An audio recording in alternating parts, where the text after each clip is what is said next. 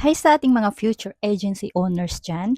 Kung gusto mong kumita habang nasa bahay lang, hanap ka ng extra income para mabili ang mga luho mo, well, ito na ang sign mo. Hindi ko sinasabing makakabili ka nito ng iPhone ha. Pero nakadepende pa rin. Nakadepende pa rin sa sipag mo at sa diskarte mo. Talagang makakabili ka ng iPhone. So before tayo mag-start, ay i-flex ko muna ang aking income. Hindi na yung mga income ko na dati pa. Mag-start na lang tayo muna dito sa month of October. So, papakita ko na lang muna sa inyo yung sa September. Ayan, September 22, naka-withdraw ako dito ng 1,052. Then, dito sa September 23, 652. Tapos sa 29, 989. Tapos sa 30, 861. Tapos ito na sa October. October 2 is 482 lang. Pero bumaba siya compare dito sa 30, no, September 30. Pero ayos lang. Siguro may pinaggagastusan ako nito. Namimigay ako ng reward sa mga host ko. Kaya hindi pare-parehas yung mga nawi-withdraw ko. Kasi binibigyan ko din yung mga host ko. At sa October 4, 535. Dito naman sa 6, tumaas siya. Nagiging 855. Then sa 8, 537. Sa 10, 396. Ayan. Sa 11, 328. Sa 13, 1,019. And fast forward na tayo. Ito yung panghuli, which is today, October 22, 2025. Nag-withdraw pa ako kanina ng 312. Ayan. So, bali guys, yung pinakamababa na na-withdraw ko is 300. Kasi yun din naman talaga yung minimum withdraw sa app na to. 300. So, 'di ba? Ang saya na kapag kumita ka ng ganito kahit 300 lang araw-araw, 'di ba? Malaking tulong na 'to sa pangkabuhayan natin or sa pang-araw-araw na gastusin natin. Okay? Ano ba ang app na ito? So, ito guys, ito yung Moma Live app. Hiring po kami ngayon ng agency owners for audio and video live stream. Bali si Moma ay 2-in-1 app na siya. May audio live stream na, may video live stream pa. Bale, kapag nag-register ka dito guys, as an agency owner, ay automatic pwede ka na mag-manage ng sabay sa dalawang iyan. Mga wala pang idea dyan kung ano ang isang agency owner or manager, simple lang po ang role mo. So, unang-una ay dapat mag-recruit at mag-manage ka para maging host mo. Okay? Para sa mga baguhan natin dyan na nangarap na maging agency owner, makinig po kayo ng mabuti. Okay? So, unang-una talaga, ang una nyong gagawin is mag-recruit at mag-manage ng host. Number 2 is, i-motivate nyo ang iyong team. Pag may tao ka na, i-motivate nyo. Dapat puro lang talaga kayo positive. Hindi yung si agent yung unang magpakalat ng negativity vibes. Dahil kung si agent yung unang magpapakalat at magpapakita ng negativity vibes, babagsak po talaga ang whole team nyo. So kung ganoon, paano kayo kikita? Paano kikita na ikaw na agent at paano kikita yung host mo kung ganyan ka, di ba? So dapat magbasa ka sa policy ng app, magiging active ka sa GC para hindi ka mahuli sa mga bali-balita. Kasi yung iba kong mga invite na mga agency, nagsialisan sila eh. Kasi hindi na nila alam kung ano yung ganap ng app. Hindi na nila maintindihan kasi malayong-malayo na. Hindi na nila masunod. E paano? Hindi nagbabasa ng GC, hindi updated sa GC kahit andun naman sila. Oh, ganun yung mangyayari. E di ending ngayon, e di wala silang income, o di ba? At dapat guys, tulungan mo ang iyong mga host na mag-grow sa live stream world. Tulungan mo silang magiging maayos yung live nila, tulungan mo kung paano din silang mag-RC, paano maglaro, kasi importante din yun. Hindi lang puro iasa sa agent. Huwag mo silang turuan na maging tamad. Turuan mo sila kung paano nila tulungan yung sarili nila bago mo sila tulungan. Ganyan ang ginagawa sa mga host ko. At sa awa ng Diyos, hindi nila ako inaalisan. May mga ibang host na umaalis, lumipat sa iba, pero okay lang. Pero yung mga 20 na host na yan, ang tagal na sa akin yan. May iba lagpas 1 year na at yung iba almost 1 year na at may mga newbie pa. O di ba? Kasi gano'n yung ginawa ko, hindi hindi ko sila sinanay na puro asa lang sa agent, puro asa lang sa biyaya galing sa kalawakan. Tinuturuan ko sila kung paano magsikap at hindi ko sila pinapabayaan. Once nakita kong nagsisikap naman sila, so tinutulungan ko sila. Pero kung tamad, hinahayaan ko. Bakit ko tutulungan kung tamad naman? Gano'n lang 'yun, para tayo ding mga agency owners hindi rin tayo malugi, 'di ba? Alam nyo guys, kaya palagi ko talaga 'tong pino-promote si Moma Live App. Kasi maganda talaga dito, hindi lang nage-gets ng iba, sinasayang lang ng iba yung opportunity na binigay ng Moma. Alam nyo ba kung bakit maganda dito? Teka lang. Kasi unang-una, 10% commission sa video live. 10% commission agad po tayo, okay? Di tulad sa ibang applications, 'di ba, na magsisimula ka muna sa 2%, 4% hanggang umakyat siya. Depende sa na-reach mo na quota sa agency mo. Pero dito sa Moma Live, guys, 10% agad yung commissions mo. Hindi lang video live stream ang meron dito ha. Meron din ditong audio live. At isipin mo, sa audio live din, may 10% commission ka din. So, bale, 20% lahat. O, di ba? Hindi lang siya, again, hindi lang ito pang video live, meron ding pang audio live. Yung katulad sa ano, sa Hala, sa Suva, yung sa gano'n.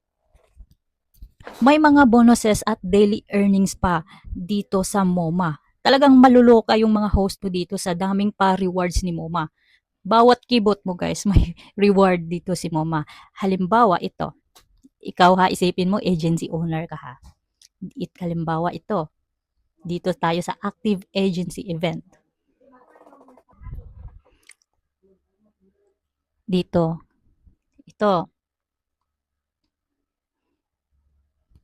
ito guys, isa din to sa nagpapaganda kay MoMa.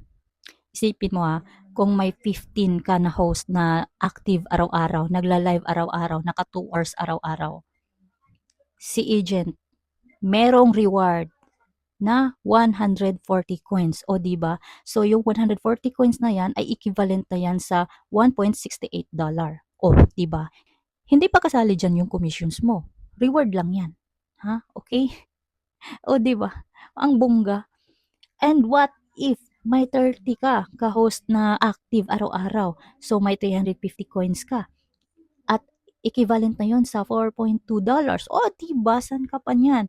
At kung ikaw ay bonggang-bongga talaga, ang sipag-sipag mo mag-recruit, ang sipag-sipag mo mag-manage, ganun, mabot ka ng 50. Di may 900,000 coins ka.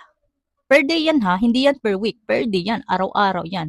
So meron kang 9.6. Oh, di ba? Nakakaloka. 9.6. Diyos ko, isipin mo ha. Halimbawa ito na lang.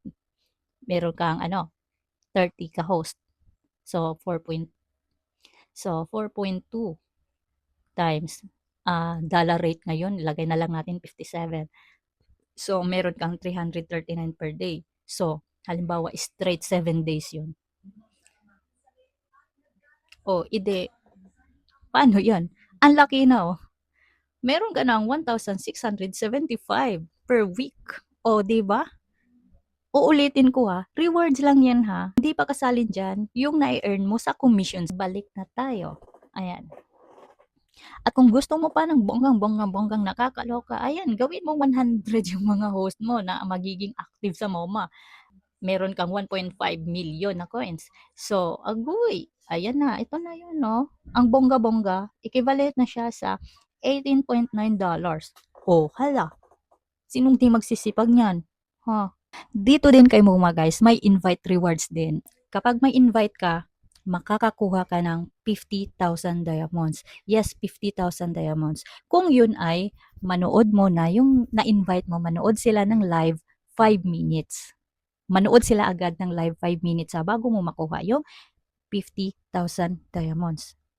Dapat manood sila agad or within 24 hours after nilang mag-register dito sa MoMA. Kasi kapag lagpas na 24 hours, saka pa sila manood, hindi mo na makukuha yung 50,000 na diamonds. Magiging invalid na siya. So, kapag may invite kayo, sabihin nyo talaga agad na manood sila ng live kahit saang live kahit ano lang, yung hiningi lang ngayon ay 5 minutes na lang, dati talaga ay 30 minutes. So ngayon 5 minutes na lang, hindi na yan nakakatamad.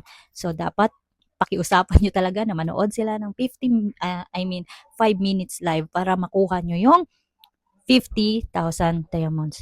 At hindi lang magtatapos dyan sa 50 diamonds na yan, dahil meron ka ding lifetime 5% commission every time na mag-RC sila. Oh, isipin mo, dito sa MoMA may forever, sa jowa mo wala. Oh, 'di ba? Kagaya nito, oh, papakita ko sa inyo. Ayan. Ayan oh. Si Lian, nag-recharge siya. Kaya may nakuha akong 6,000. Si Nensky din, ayan, si Sweetie, ayan, ayan yung mga nakukuha ko. Forever na yan. O, di ba? Ang bongga-bongga talaga dito. Tapos guys, 70% po yung gift share nila dito. Itong mga luxury gift, 70% yung rate niyan. Tapos kapag lucky, ito pala. Kapag lucky ay 5%. At dito guys, pwede kang mag-withdraw araw-araw via GCash, Maya, or bank. So, sobrang flexible niya po. At alam nyo ba na marami na ngayong agency sa MoMA na sobrang bilis umangat kasi transparent siya, mabilis ang kitaan at madaling i-manage ang team. So, ngayon guys, kung interested kayo, gusto nyong sumubok or gusto nyong iseryoso talaga to, so, punta po kayo sa description ng video na to. Then, may link doon. Doon po kayo pumasok para mag-download. At once naka-download na po kayo guys at naka-register na ng inyong mga account, punta lang po kayo dito sa agency sa inyong mga account. Pindutin nyo lang yung agency. Tapos, may lalabas po na ganito. Dito sa agency name, ilagay nyo lang ang pangalan ng agency nyo. Una pala, mag-upload lang kayo ng mga agency logo nyo dyan or mga picture nyo dyan kung wala pa kayong agency logo. Tapos dito sa host number, ilagay nyo lang kung ilan na yung host nyo. Kung wala pa kayong host, so ilagay nyo na lang muna dyan 5. Tapos dapat within 1 month, maka 5 talaga kayo ha. Pero kung galing kayo sa ibang applications, mas maganda ilagay nyo na lang yung mga sure na host nyo na papasok dito sa MoMA. Then sa country, piliin nyo yung Philippines kasi wala namang ibang country na nakasulat dyan. Philippines na talaga. So pindutin nyo pa rin yon para mag-appear po siya dito. Then dito po sa admin name, ilagay nyo po itong si Miziel. Okay? Si Miziel po yung piliin nyo. Ayan po. Maraming pagpipilian pero ilagay nyo po si Miziel. Tapos click nyo lang confirm. Pagkatapos nyo ma-confirm, ayan na, lalabas na dyan si Miziel. Tapos dito sa WhatsApp guys, kailangan talagang may WhatsApp kayo. Kailangan nyo talagang mag-download kasi required po yon. Kasi nasa WhatsApp po yung mga GC nyo. Ayan. Tapos click apply. Tapos hintayin na lang natin na ma-approve ng mga admin. Then kapag kailangan nyo ng tulong guys, mag-message lang po kayo sa WhatsApp ko or mag-direct message lang po kayo sa FB ko. Ayan, andun din sa description yung mga link at saka yung WhatsApp number. At ayan guys, sana nakatulong sa inyo ang video na to. Don't forget to like, share, and subscribe.